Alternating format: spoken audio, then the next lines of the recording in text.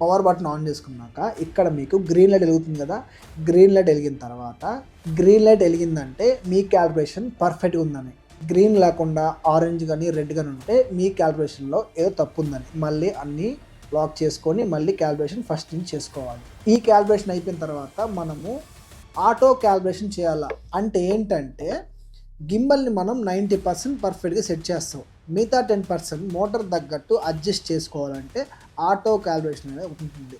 అది ఎక్కడ ఉంటుందంటే ఈ మోడ్స్ కనిపిస్తున్నాయిగా, ఈ ఫస్ట్ మోడ్ ఉంది కదా దాని మీద ట్యాప్ చేస్తే కింద వైట్ కలర్లో స్టార్ట్ క్యాలిబ్రేషన్ అని ఉందిగా, దీని మీద మనం ట్యాప్ చేస్తే దీని మీద ట్యాప్ చేసేటప్పుడు మనము గింబల్ అనేది రెస్ట్ పొజిషన్లో ఉండాలి, మనం పట్టుకోవడం కానీ దేన్ని ఉంచకూడదు.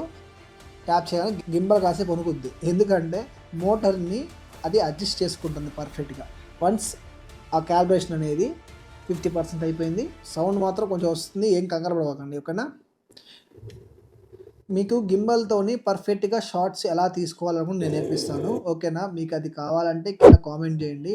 గింబల్ గురించి మరింత డీటెయిల్స్ కావాలంటే మన ఛానల్లో ఫుల్ వీడియో అవుట్ అయింది, వెళ్ళి చూసేయండి. అలానే వెళ్ళే ముందు లైక్ చేసి షేర్ చేసి ఖచ్చితంగా సబ్స్క్రైబ్ చేసుకోండి ఓకేనా.